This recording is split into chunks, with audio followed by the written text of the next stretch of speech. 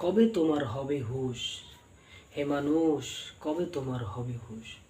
এই জিন্দিগি তুমি অনবরত আল্লাহর হুকুম বাদ দিয়ে কাটাই দিতেছ। আজকে মুসলমানের জিন্দিগি তো নামাজ ছাড়া জিন্দিগি হতে পারে না। আজকে মুসলমানের জিন্দিগি তো আল্লাহর হুকুম বাদ দিয়ে জিন্দিগি তো হতে পারে না। আজকে মুসলমানের জিন্দিগি তো দুনিয়ার পিছের জিন্দিগি হতে পারে না। মুসলমানদের জিন্দিগি থাকতে হবে, ফিকির থাকতে হবে আখেরাতের ফিকির, আখেরাতের ফিকির। অথচ মুসলমান আজকে দুনিয়ার ফিকির, দুনিয়ার ফিকির, দুনিয়ার ফিকির। আজকে অনবরত গুনাহের কাজ করে চলতেছি, অনবরত গুনাহের কাজ করে চলতেছি। অনুতপ্তও নাই, হায়ও নাই, আফসোসও নাই। আজকে মুসলমানের জিন্দিগি কিভাবে নামাজ ছাড়া জিন্দিগি হতে পারে? আজকে ফজর চলে যাইতেছে, জহুর চলে যাইতেছে, আসর চলে যাইতেছে, মাগরিব চলে যাইতেছে, এশার চলে যাইতেছে। হায়, জিন্দিগি নামাজই নাই। এই জিন্দিগির কি দাম হবে? আমি রাস্তা দিয়ে চলাফেরা করলে রাস্তা পর্যন্ত আমারে বরদোয়া দেয়, যে এই গাছের নিচে যাই আমি আশ্রয় নেই, গাছ পর্যন্ত বরদোয়া দেয়। এই বেনবাজি কেন আমার ছায়ার তলে বসলো?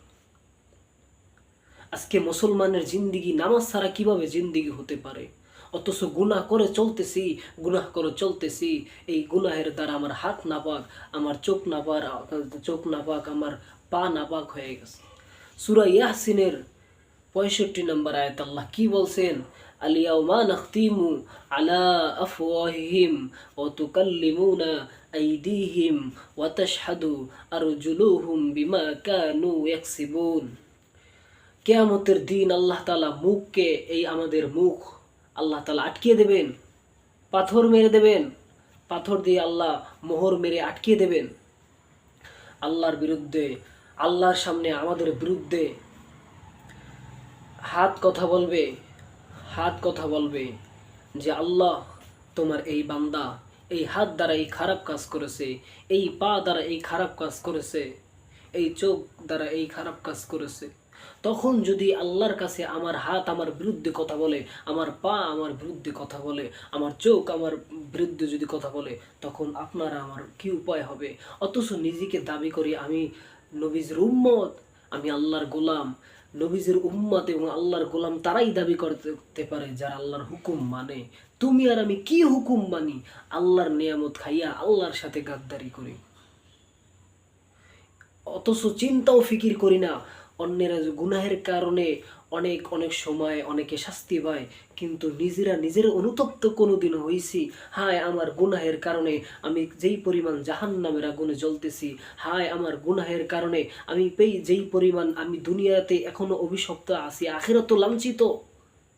অনুতপ্ত কেন হই না? আফসোস নাই, হায় আমার থেকে কিভাবে নামাজ ছুটে যায়, হায় আমার থেকে পর্দার বিধান কিভাবে ছুটে যায়, হায় আমি কিভাবে হারাম খাই, হায় আমি কিভাবে অন্যায়ের কাজ করি, হায় আমি কিভাবে মানুষের জমি আত্মসাৎ করে খাই, হায় আমি কিভাবে মুখ দিয়ে অশ্লীল কথা বলে, হায় আমি কিভাবে অশ্লীল খারাপ ব্যয়ফোনা ছবি দেখি।